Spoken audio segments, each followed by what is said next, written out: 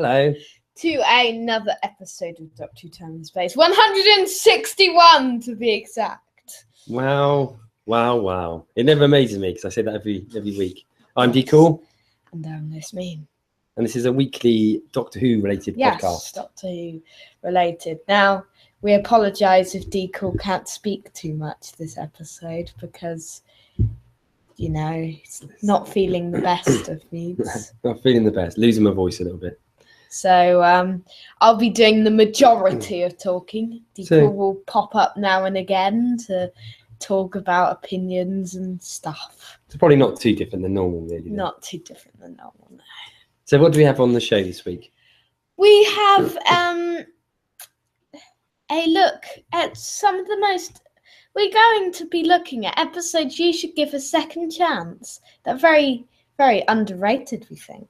Okay. We'll be giving our thoughts on the first part of the Ice Warriors. We will be looking at news, as well as celebrating Dawn 500 issues of Dawn. So, kind of on the show notes, there'll be a separate feature. You know, I usually have the news bit. Yeah. This time there'll also be a bit which says 500 issues of Dawn below the news, and it will say news related to Dawn. Okay, There's a few bits related to Dawn that are news this week. Sounds exciting. Yeah. We'd also what else will we be doing? We'll be doing the second of our 3-minute rants. Yeah, and that's about it. I think so, and hopefully I'll still be able to talk by the end of it. Yeah, hopefully. Particularly as I've got to go singing tonight in my band, which is pretty promising, and tomorrow.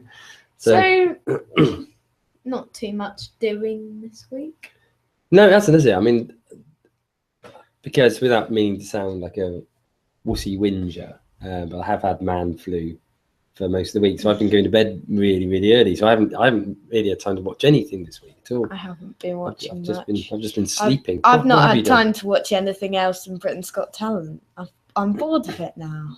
Yeah, I was going to say you because that's been on every night this week, isn't it? Yes, I'm bored of it. It was on too much. Yeah. But you still like it, don't you? Do you like it? I like it, but it got boring. Very, very boring by the end of the week. So do you think if Doctor Who was on every night of the week, that you'd get bored of Doctor Who? I don't think they'd ever do it every night of the week. No, I don't think they would. But I think you're right. I think there is a bit of a difference. I think in that. I mean, a lot of us binge watch series. I mean, I binge watched Jessica Jones, for instance. Yeah. I binge watched Game of Thrones before I'd caught up to date, and Walking Dead. Yeah. So basically, things that I'd come in late on, I'd binge watched quite a bit, and I really like binge watching. Yeah. But I guess the thing is, the difference with that binge watching and Britain's Got Talent being on every day of the week is that with binge watching, you do it when you want to, whereas you probably felt this week that you had to watch it because you had to have seen it all by the time you got to the final. Yeah, and the final's tonight, and I could have just watched all of the results shows, to be honest, because they say they have the best bits of the audition in like the thing. So yeah, you know. Do you think you'll do that next year then? For a few episodes, probably. Yeah. And only if it's in the time of school and stuff. I guess that's the other thing, isn't it? Because you're coming to half term now, aren't you? You're in half term week now. You've also, I mean, if you were at half term week, you'd probably been able to watch it in the morning or something like that. Yeah. And not felt like it was taking the whole of your life. I found it a little bit, like at times, things that I really like for instance, when you get the World Cup or I'm a celebrity. Or I'm a celebrity, yeah. You get these things where they're on every night and they're on for a couple of hours or whatever. You do, after a while, you do find that you get into this real thing of getting up, going to work or school, coming home, eating your dinner, watching that same program, and then going to sleep, and it all starts again. I know. So, however much you like something, it does get a bit like that after a while. I got really bored of it, and I'm actually glad that there's no Britain's Got Talent on this week. It's even stopped you. I'm glad there's a year's break before. You haven't even got to watch. Year. You haven't even got to watch any Doctor Who, have you? Really, this week, No. other than the Ice Warriors that the Ice Warriors that we'll talk about a little bit later. I haven't got to watch anything. So, is it worth us cracking on with the news? And you seem to indicate earlier on, because I'm not in the know like you. I'm the co-host that knows nothing. But you seem to indicate there was actually quite a bit of Doctor Who news this week. There's quite a bit, I suppose. I mean, we've got a few bits of news, to be honest. Well, because they're starting to film. Aren't they starting to film in May? No. But yeah, That's what they said initially. What I was saying is there's some news to do with Series 10, some news to do with Bill, some news to do with Dawn's 500 issues, and 2 deaths that have happened in the whoniverse this week. Okay. You know who one of them is, don't you? You may not know they were in Doctor Who. No, I can't think who it is at the moment. Okay. So, well, let's. Oh, I assume you're talking about Bert Kwan. Yes. Oh no, I didn't remember him being in Doctor Who. No, you've not seen the episode. I just think of him going, "A little hen, when will you lay me an egg for my tea?" So, as Decool was saying, there was initially it was revealed that Series 10 will be filming in May, but now it has been announced the new series will start filming in July. And additionally, Stephen Moffat has revealed that, in contrast to last year's mostly 2-parters, it's going to be mostly 1-parters with Series 10. So, what do you think about that then? What's your thoughts? I thought last year it was very different because in the late Matt Smith era, we hardly had any. We didn't have any 2-parters. And then in Dark Water, Death and Heaven, it started to be like every episode was linked. It was a 2-parter. And Series 9 was great, and that was one of the reasons why. It was just, it was the stories that were linked. Very clever, really, the concept of last year. This year, I think they want to do a format different than last year. I think they do. It seems a shame that as it's a new series. I think it's good that they do mess about with them a little bit. What the sad bit is that I guess you miss out on the whole concept of the cliffhanger. I think the final will be a 2-parter, I guess. Yeah, probably. It says mostly 1-parters. Yeah. I guess the final will be a 2-parter. And from what he's been indicating, maybe a 3-parter.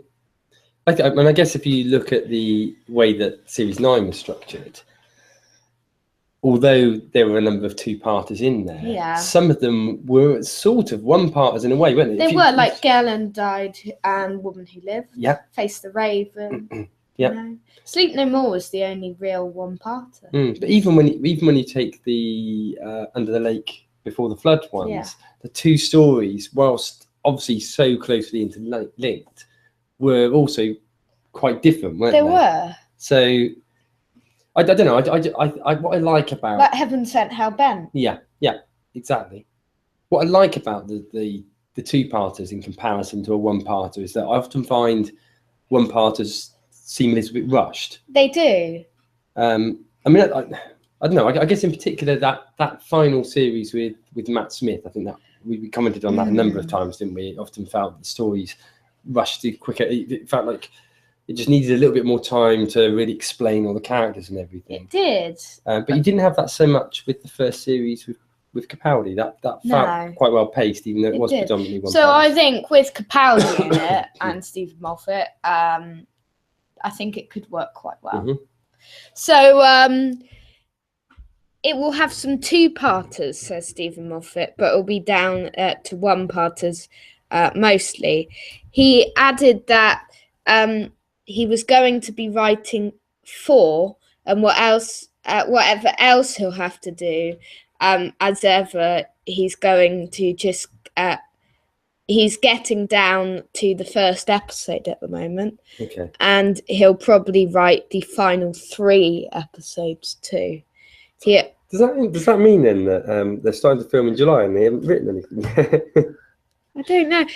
But he said, we've got some very strong scripts in from other writers. Ah, right, okay. Yeah, okay. So I guess they're not filming the first episode first. Yeah. They never film the first episode first. No, They always have to make it awkward. Do you think they'll film the Christmas one first? I would think so. Yeah. I think the other thing that's quite interesting here is that he also says one of the reasons that they've gone back to the one-parter is because with a new companion, it feels like you want a sort of more simple version of the show than perhaps you do when you've got like a companion that you already know and love. Yeah. So we need to get to know Bill. No, that's fine. That's right. Before we can actually, do big things with her. Okay. So bit more news. Talking about Bill.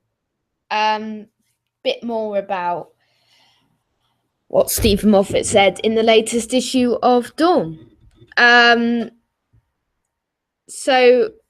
Stephen Moffat has divulged some further information on Doctor Who's new companion, Bill, played by Paul McKee.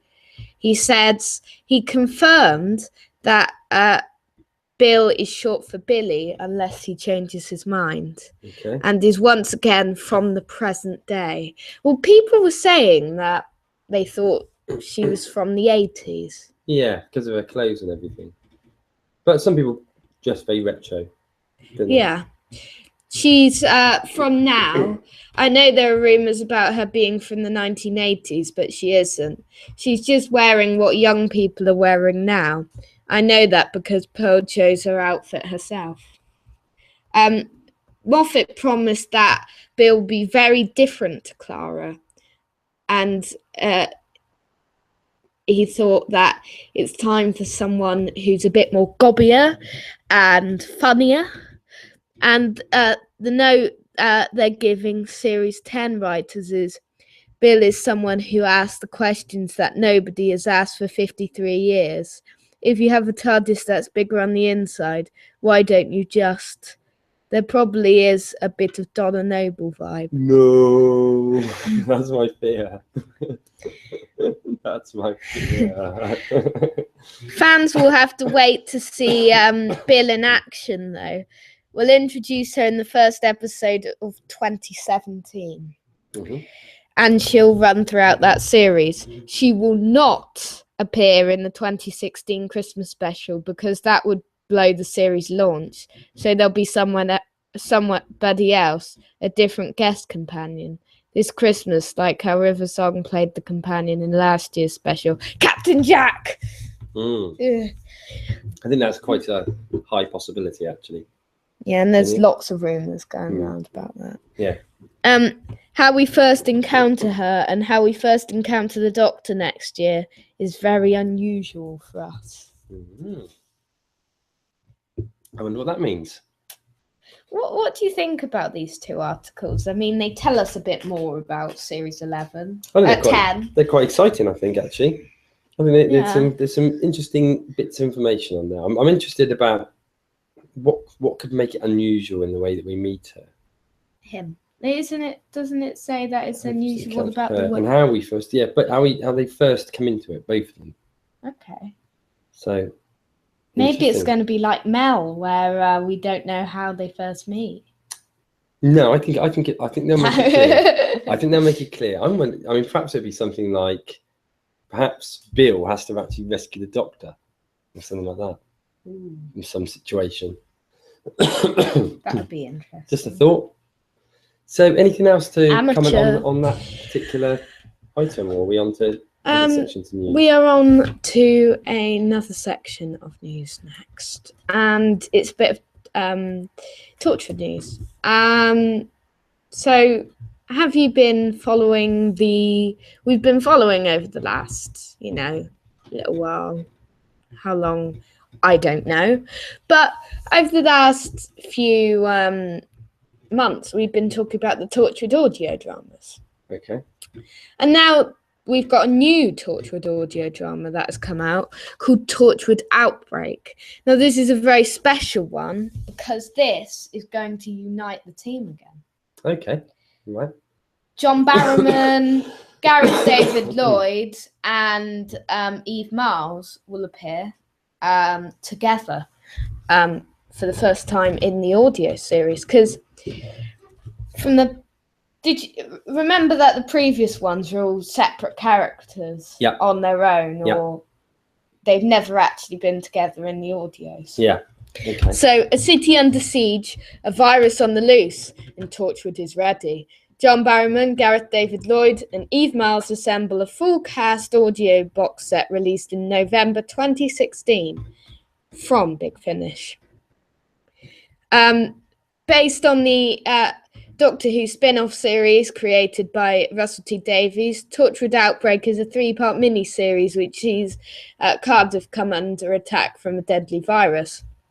Featuring John Barrowman as Captain Jack Harkness, Gareth David Lloyd as Ianto Jones, and Eve Miles as Gwen Cooper, this new adventure has been written by Guy Adams, Emma Reeves, and A.K. Benedict, taking place before the events of Torchwood, Children of Earth. I apologise about coughing through that article, but unfortunately I went to Cardiff the other day. Did you? Yeah, I think I might have picked up this killer virus whilst I was there. Okay. Yeah. Did you really go to Cardiff?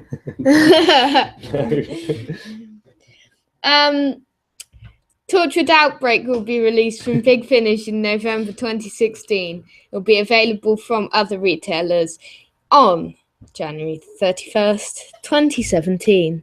Big Finish's ongoing Torchwood adventures continue in June with Torchwood Moving Target, starring Indria Varma as Susie Costello. I think she's from Game of Thrones, apparently. Mm.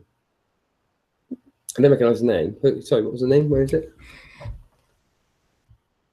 Susie Costello. Oh, Indira Varma. I don't know, I'm not sure. Let's look her up. Yeah. I'm not very good on my actors and actresses. Perhaps she's one of the sand snakes or something.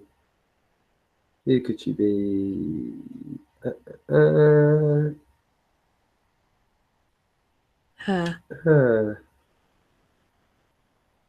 Yes, she was. Yes, she was in Game of Thrones. Okay. Or is, actually, I think she still is. Yeah. Okay. So, Torchwood, as we said the other week, that Big Finish is very successful now because it's been renewed until 2025, hasn't it? It has indeed, yeah. 2025. Yeah. God. And I want to refresh this page because it doesn't look like it's going to load in a billion years. Okay. What do you think about the Torchwood range? Do they sort of would you want to listen to it? I haven't watched Torchwood, so I struggle really to know whether I would like it. I'm not a big fan of Captain Jack, if I'm being honest. And when we watched Stolen Earth the other day, I found the Torchwood contingent to be a little bit annoying.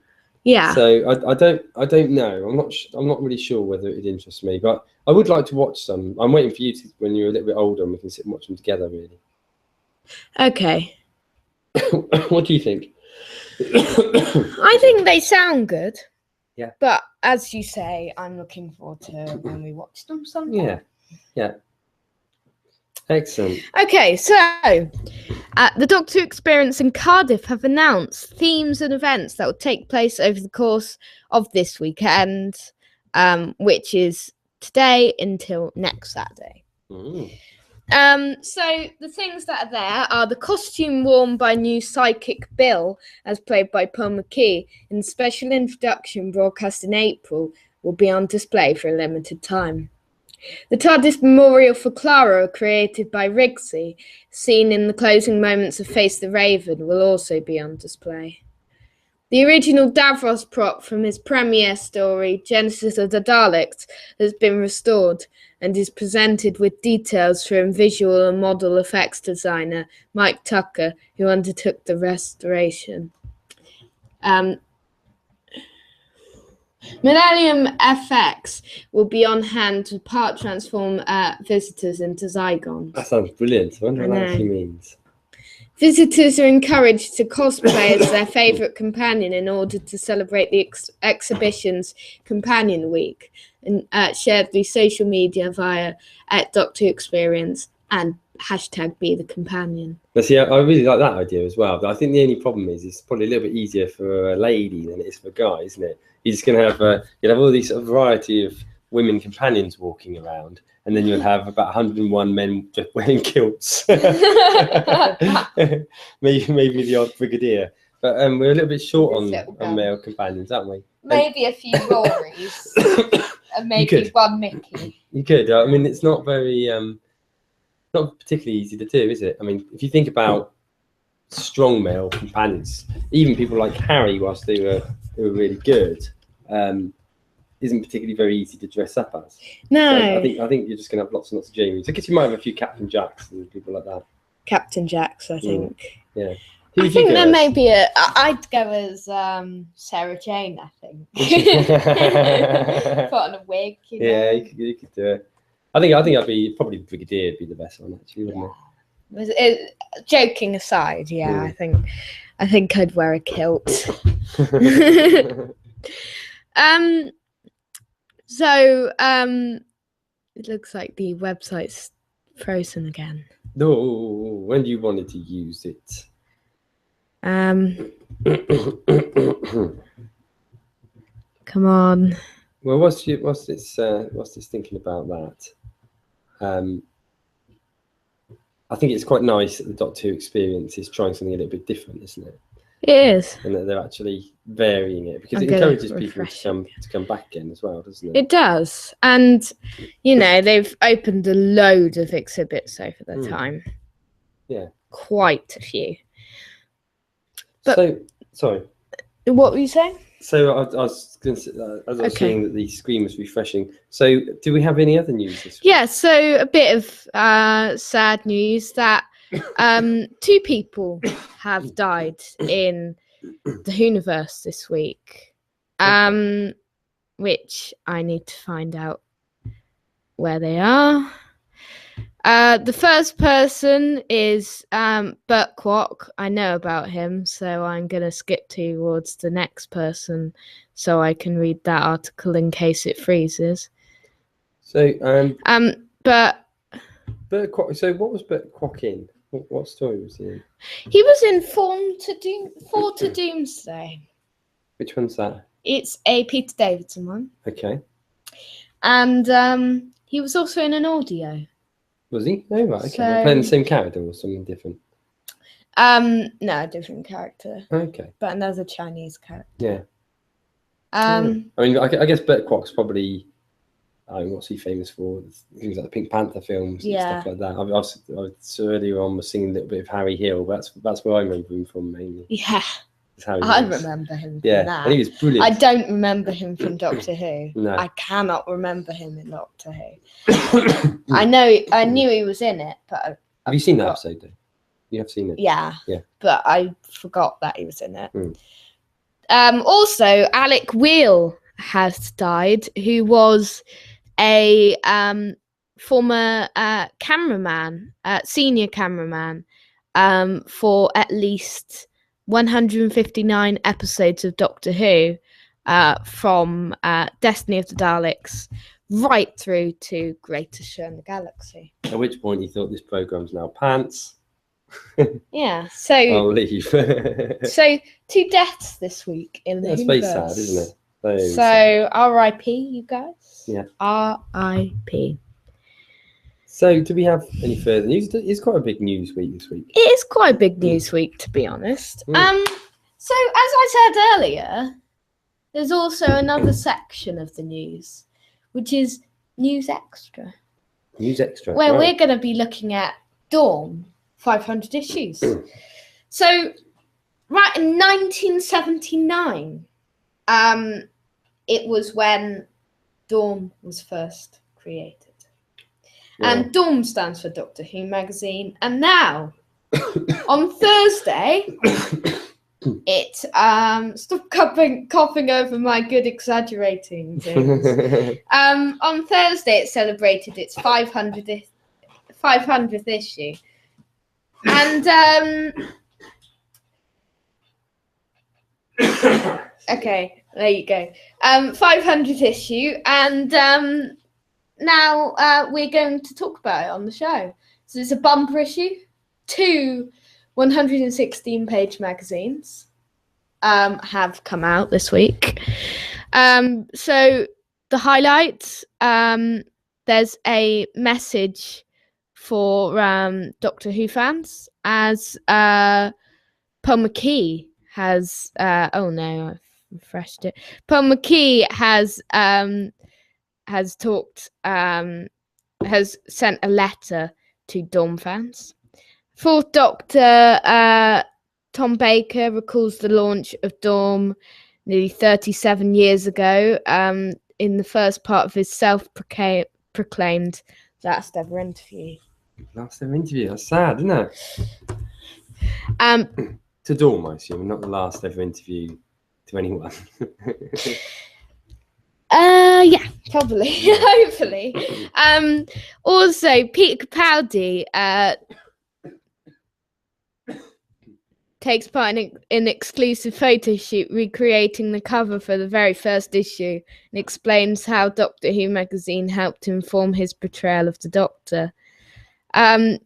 Stephen Moffat talks candidly about why he's decided that the next series will be his last, and reveals some... Come on. Reveal some. My show's being spoiled today by this stupid website. I think... And reveals some exclusive details about the new companion. Writer Jonathan Morris takes a look back at how Dawn has changed from its very first issue, noting all of the highs and lows along the way. So also very special 20-page comic. Are you all right there?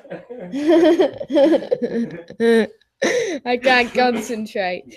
A very special 20-page celebratory comic featuring the return of Maxwell Edison, the Stockbridge Showdown by Scott Gray, and shows the return of some old comic book favourites, including Frobisher the Penguin. Hey, how about that then? And Magenta Prize. Brilliant. And, Izzy and stuff. Excellent. So Yeah. I'm still coughing, so you carry on talking a second. I'll be back in a minute. Back in 2001, 4 years before Doctor Who returned to TV, Mark Gatiss, Gareth Roberts and Clayton Hickman pitched their own version of the series to the BBC. For the first time, find out details of exactly what was planned and see graphic designer Bernard Lodge created the iconic Doctor Who title. It's frozen again. It's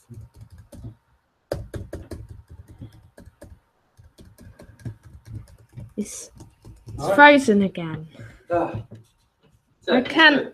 I really cannot. I cannot do this with this freezing like this. Well, I guess we've gone through like the majority of that. I haven't finished. I'll flick over to we have an emergency second option here, which is an emergency second option. Flick over. So if we find that on there and go to her, whilst you do that. What do you think about the articles we've mentioned so far? Well, I think it's just amazing, really, that the magazines lasted that long, actually. Because I can actually remember having that first edition. I've got the first issue somewhere. Yeah. So, Peter Capaldi answers questions once put to the first Doctor, William Hartnell, in a special joint interview. Gain a fantastic new insight into Day of the Doctor, voted Dawn readers' all-time favourite Doctor Who story in the Fact of Fiction. Ooh. 4-page strips from the mind of Tim Quinn and Dickie Howard and Lou Stringer. A countdown of the top 20 moments from the history of Dawn's comic strip.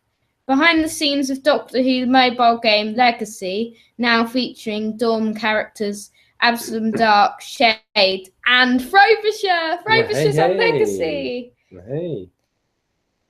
So Jacqueline Rayner gets nostalgic in her regular column at Relative Dimensions, and competitions to win huge prizes, including hundreds of pounds worth of DVDs, Blu-rays and audios, and a visit to see a Doctor Who audio drama being recorded. That'd be cool, wouldn't it? Is that so? Is that one of the competitions in there? Yeah. You would enter that?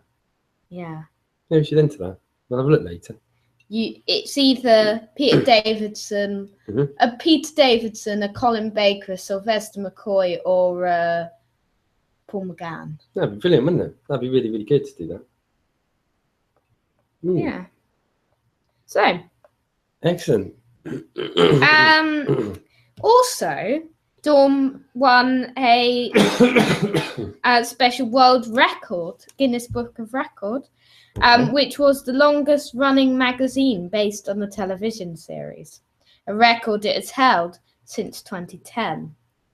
The milestone was marked by the editorial team, past and present, who were joined by stars of the series as well as current showrunner Stephen Moffat.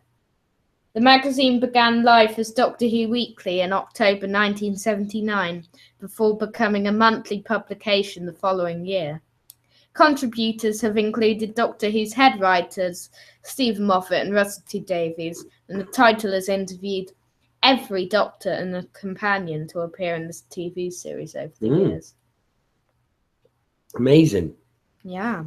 Amazing. So, I mean, when it first started out, it was weekly, wasn't it? Yeah, it was. How long did it stay weekly for? Do you know? A year. Was it? Right, okay. And then it moved to the monthly format that we know now. Yes, it did. Because I remember it being a bit more comic-like. It was fairly thin. It was, in the early days. It was. What do you think? I mean, it's an amazing achievement for Dawn. It is. Congratulations to Dawn. What I'm actually thinking is, how am I going to manage to do a 3-minute rant when I keep coughing? It'd probably only be about a 20-second rant with lots of coughing in between. Yeah. Okay. Yeah, that's it for the news. Any more news? news? Okay. We've had quite a bit of news. We have, yeah. It's nearly time to finish the show. Sorry for the interruptions, guys, that we had. That was shown in, the last article, but thank you for staying with us. So next article. Yes. Next item, I should say. What we got next? So we are going to look at the Dawn poll. We're going to be looking at that, and we're going to be looking at right at the bottom. I've got the Dawn poll here. Have you got it ready? Have you? I've got the Dawn right, poll okay, here. that's fine. I won't bother looking at them. But we're going to look at the results, and we're going to look at the bottom, and we're going to see the episodes that we think are the most underrated, that you should give a second chance before you even think about watching Series 10 next year. Okay. And to prove you're alive doing that, hello. So what do you think then? I mean, as a sort of starting point, out of interest, what is the bottom one in the Dawn poll? Is it Twin Dilemma? No point giving that a second chance. No. Fear Her and Time the Rani. No point giving that a second. And what's the lowest rated episode that you think people should give another chance to? I mean, Meglos is all right. Doesn't deserve to be that low. It's got that great image, isn't it? That's the one with Tom Baker with the cactus type look, isn't it? It's a Tom Baker episode. You can't have it that low. Underworld. I don't really like that one. It's better than Paradise Towers, but. Well, that's what surprises me when you look at the Dawn poll. And to be honest, I mean, it gives a fair reflection, doesn't it? Because it's looking at such a cross section of the audience base. But it amazes me that things like Great Show in the Galaxy are as high as they are. And that one, the Bannerman's quite. Well, it's not as low as it should be, is it? No, I mean we'd never watched it. Paradise Towers I've watched though. It's absolutely terrible. If you look here, where is it? Oh, it's 230th. No, I'll put that off. Still should be lower. It should be lower. It still should be sort of near Fear Her sort of area. yeah, it's worse than Rings of Akaten. So if going back to my original question then, what's the first one that you see in the bottom part of the table that jumps out to you and you think, actually, that was quite a good episode? Okay. I've got one. Okay. No reason why it could be this low, but the Time Monster. Now, you know, because I have released a review of this on my channel, that I really enjoyed this episode. Yep. It was an amazing episode. And I don't know why it's this low in the chart. I mean, I think the reason is because it's so hard to find. I've been searching so long for a DVD, and I finally got it, and I really enjoyed this story, and I think you should really, really give it a go because it's where is it? 222nd. Okay. That's 19 from the bottom. How close to Doubt and the Bannerman is it? It's lower than Doubt and the Bannerman. Is it? So I think that one deserves a much better rating than that. I really, really enjoyed it when I watched it. So, you know. Can I comment on one? Yeah. I mean, to me, an episode that I really, really loved, and I don't think it's right down the bottom on there, but it's not got anywhere near as high a score as I would anticipate it should have, is Colony in Space. Yeah, and if we look at it, that's 199th. Yeah. And to me, that was just a really brilliant story. There's some great characters in it. Real classic Pertwee. Yeah. Good monsters in it. The Master was in it, and it just had a really great story of. I think the whole sort of trusting of who was the baddie and stuff like that in it. It was constantly changing. I thought that was a really, really good one. I really enjoyed Colony in Space. I mean, for a long time, it was stuck right in my top 10, wasn't it? Of episodes. I mean, it sort of dropped a little bit now because we've had so many good stories go in, but it's still, to me, that is a really underrated one. Right. I like the Sunsrides. Yeah, that's quite low, isn't it? The monsters are good, and it is 225th. I mean, I really enjoyed this episode. I really liked this episode. I don't think it deserves to be this low. I mean, it doesn't deserve to be too high. Yeah. But it should be a few higher than this. What about New Who? I mean, are there episodes of New Who that you think are rated quite low that you believe should be higher? It's a strange thing because there aren't really.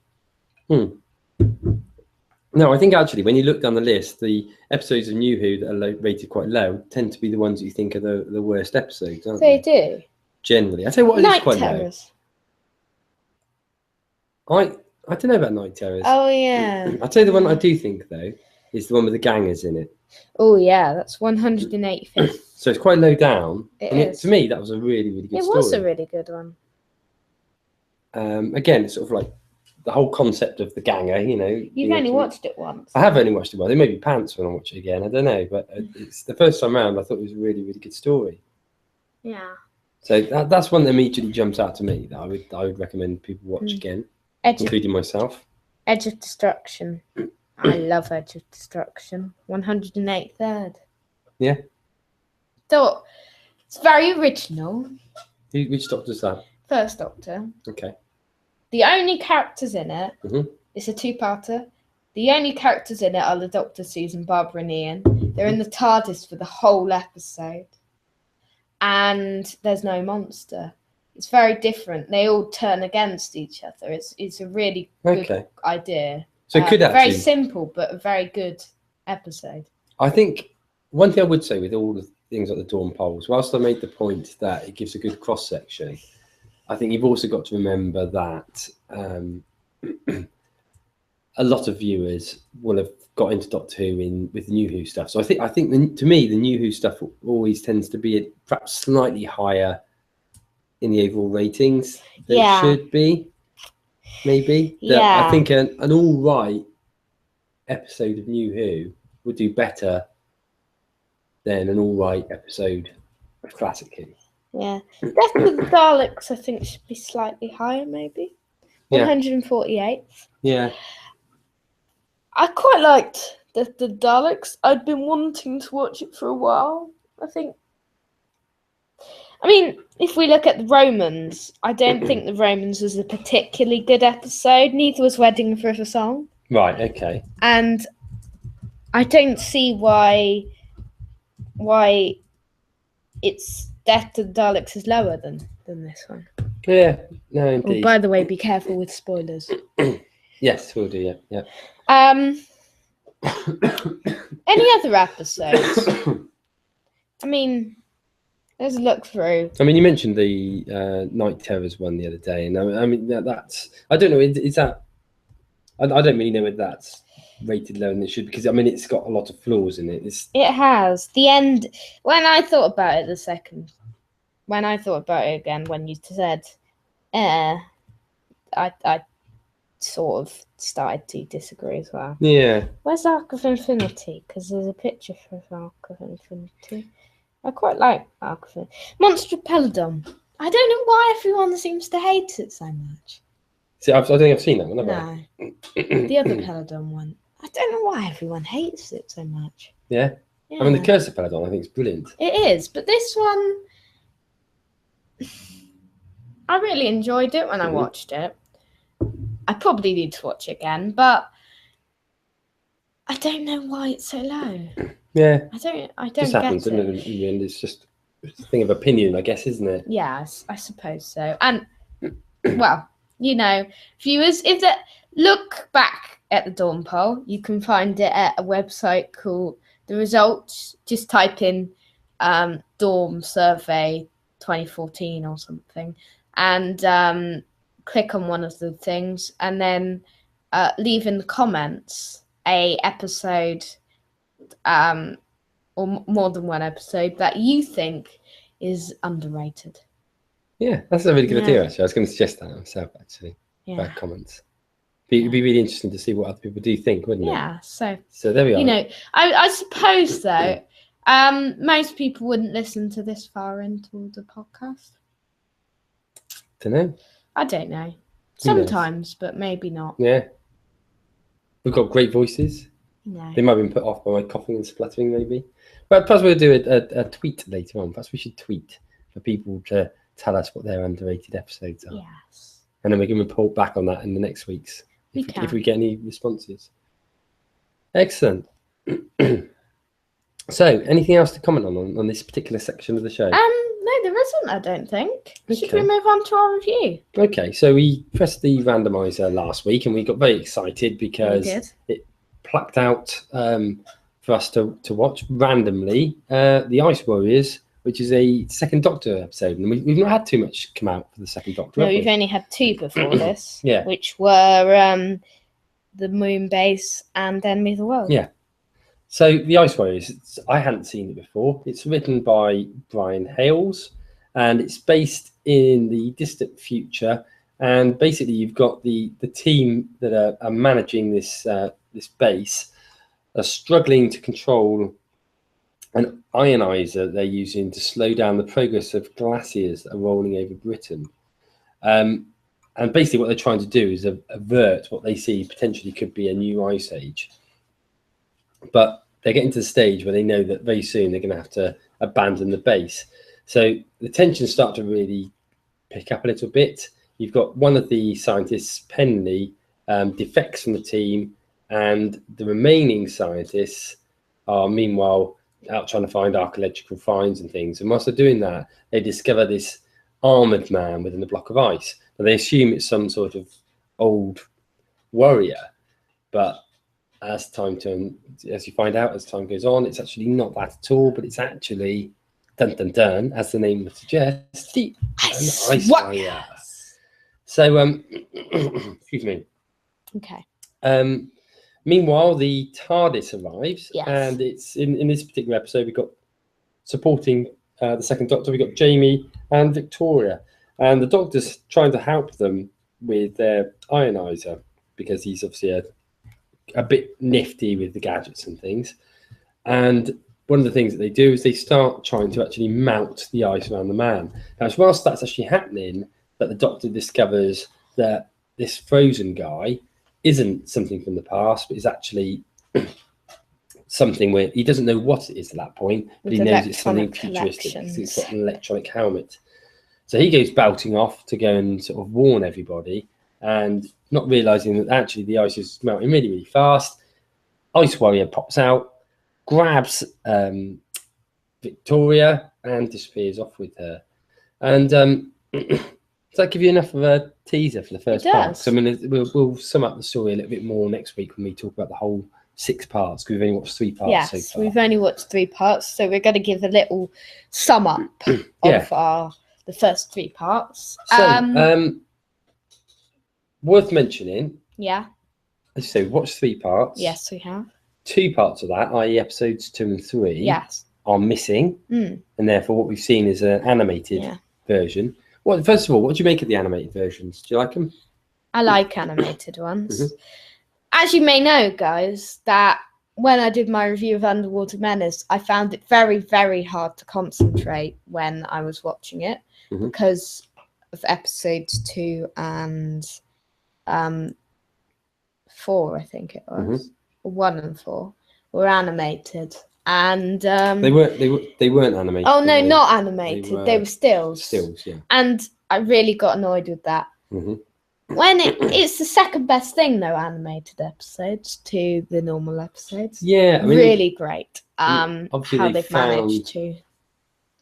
They've obviously found, haven't they? I mean, I think the initial intention probably with the Underwater Menace would have been to animate it, but the company they were using went bust, I think, did they? Yeah, I think so. Yeah, which is a shame because it does add a lot, I think. It's not the same as watching the actual episodes themselves, but it's definitely a lot closer to it. It is. It helps. You keep you can still be immersed in the story, whereas I like you still know what's going on. Yeah, sometimes you struggle to understand what's happening a little bit when it's a stills, don't you? Yeah. Yeah. So, what do you make of this episode? I think this episode was well, the story, I should say. What we've watched of the story so far. I've watched this before, but couldn't really remember it. Not one of the best, not the best Ice Warrior one. But it's a very slow one, but it needs to be. The Ice Warriors are cool. Yeah. It's quite a good storyline. It links very well, the two storylines. Yeah. And I'm looking forward to watching the rest of it to see how the story sort of goes along. Yeah, I like you. I'd say it's slower than I was anticipating it being, and I like a good slow episode. You know. But I am enjoying it. I am too. I like the Ice Warriors anyway. Yeah. They're great villains, and I'm glad to see them having returned in New Who. I really love the second Doctor. I really like Jamie, and I really like Victoria. So from a cast perspective, we're planning on meeting Deborah Watwin. Yeah, and probably, hopefully, Fraser Hines as well. Yes. So he's announced at the moment for a London Comic Con. If only Patrick Troughton was still alive. And that's right. We had a full reunion. Alas, we can't. But what did you make of the other characters in it then? So you got people like Penley, for instance, and Clent, and the Irish man, Scottish man. I didn't mind them. Yeah, see, I actually, it may be I was daydreaming a little bit, maybe possibly because I was very, very tired when we were watching the first episode because of me bug. Because I've been feeling really tired. I didn't really grasp who he was really. He just had these like 2 beardy guys that were poncing around outside the base, and I couldn't work out what relevance they had to it. But obviously, I've now grasped that as time went on that Penley sort of basically upped and left.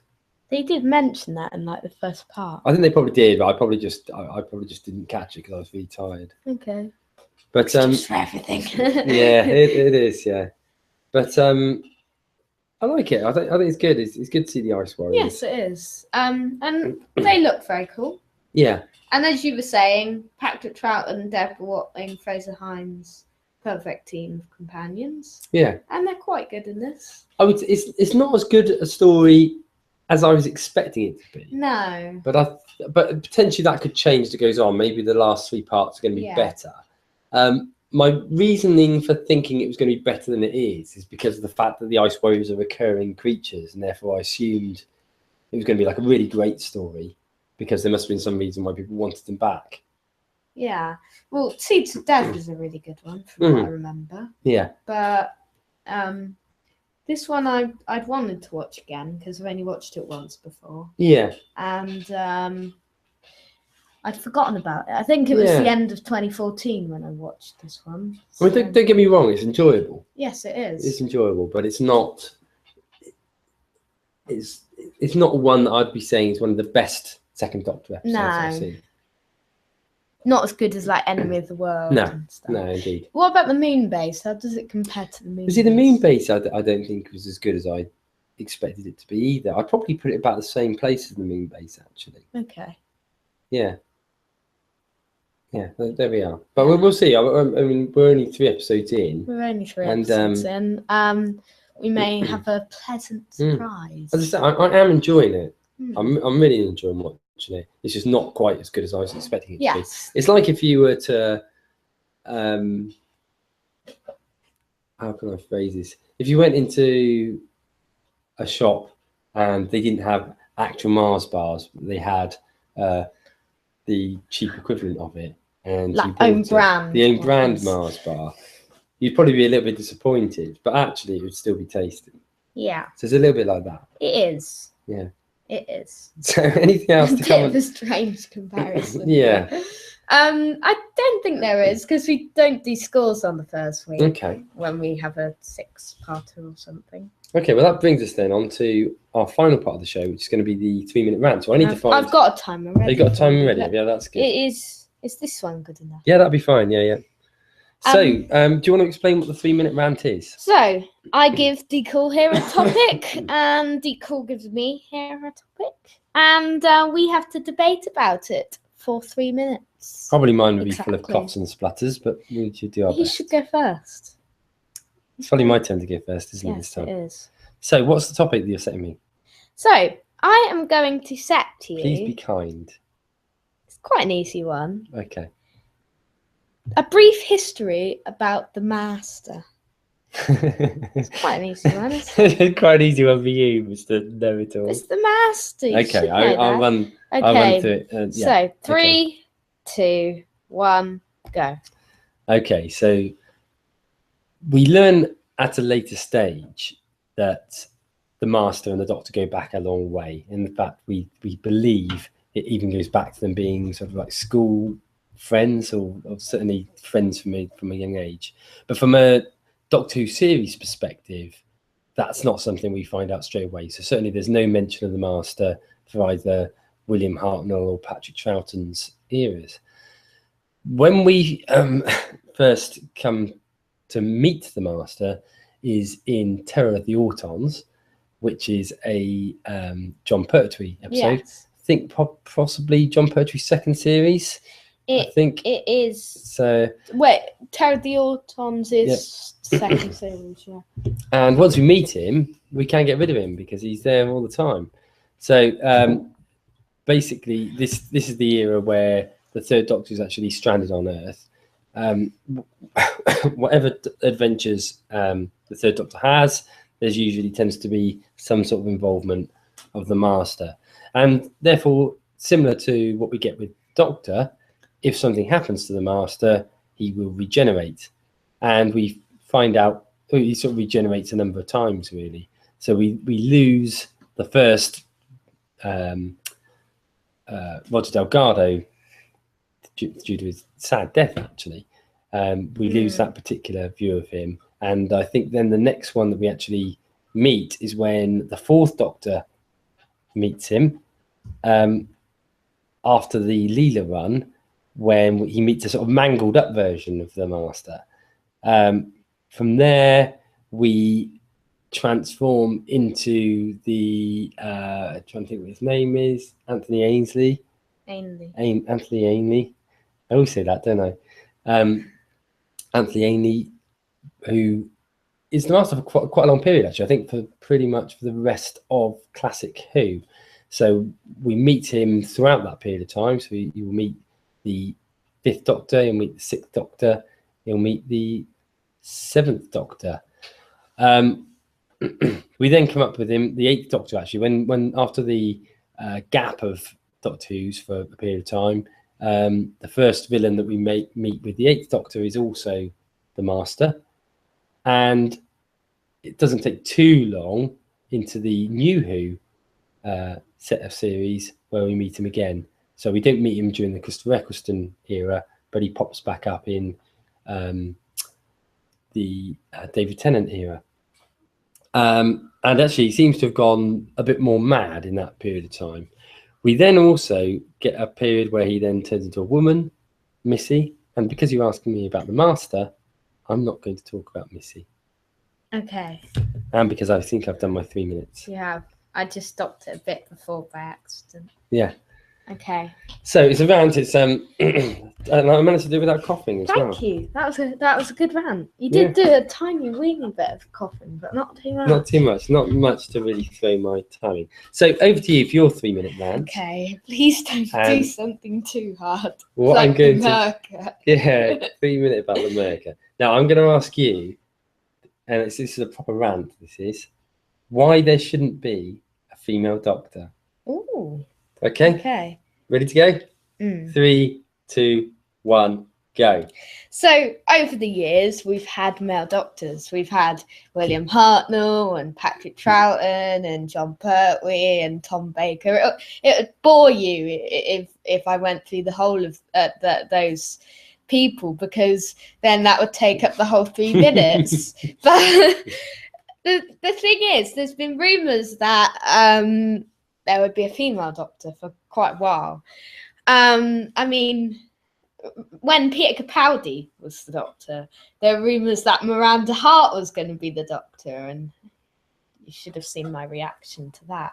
And if you're a long listener of the podcast, you would have known that I would have been absolutely full of hatred if Miranda Hart became the Doctor. Now, Time Lords can become females, but I don't think the Doctor should become a female. I mean, the Master. We've had the Master become a female.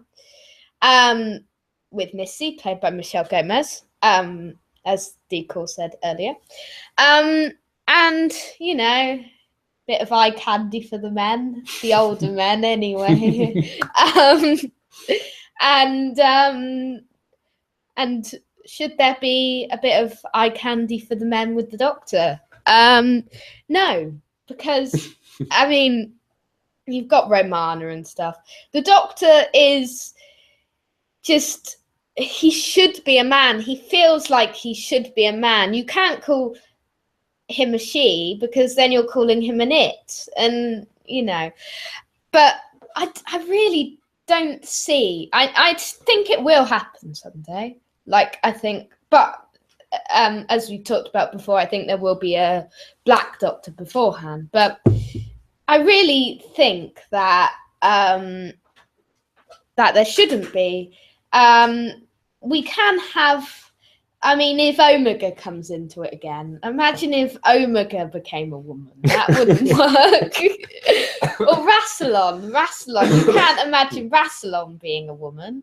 So, and you can't, in that same way as you can't imagine Omega being a woman, you can't imagine the Doctor being a woman.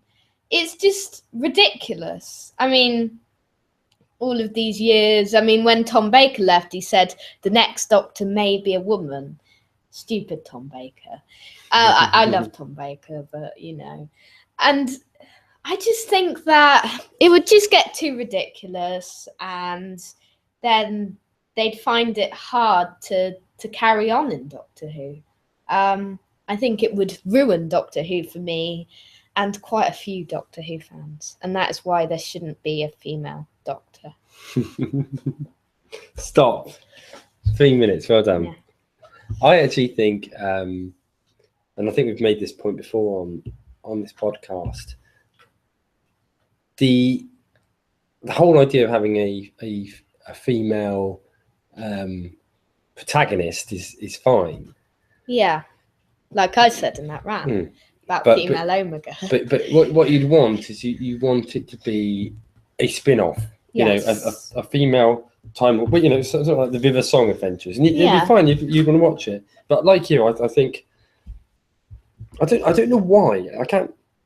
I don't know why it is, and it shouldn't. It's a bit sexist. It does. It feels sexist, but I don't think we don't mean it in a sexist way. No, we don't. We just think it would get a bit weird. Yeah. Bit, you know. So, thank you very much for that 3-minute rant. Yeah, thank you. We shall carry that. We'll do another 3-minute rant in a couple of weeks' time about a similar rant-like subject. That probably wraps up the show, doesn't it? Yeah, it does. So, what do we have on next week's show? It's episode 162, and we will be going back to our regeneration feature, which we did last year, and we are going to be rating the regenerations through the times, and we're going to be talking about regeneration, the Doctor's regenerations. Excellent. That sounds good. The whole concept. We'll also be giving the full roundup of our thoughts on the Ice Warriors, having taken in episodes 4, 5, and 6. We will have some news, hopefully. And we'll have some views. Is that all you're going to say? We'll also be pressing the magic randomizer button. And we'll be having another round of Who to Face. So thank you very much for listening, everybody. Thank you very much for listening, everybody. I hope you've enjoyed the show as much as we've enjoyed doing it. You've enjoyed the show as we've enjoyed doing it. It's always a pleasure actually providing the show to you. And it's always a pleasure providing the show to you, as Mr. Cool said. So that's D Cool signing off. Hopefully I'll be speaking properly next week. And that's D Cool signing off. Thank you. Hopefully I'll be speaking properly next week. Goodbye. Goodbye.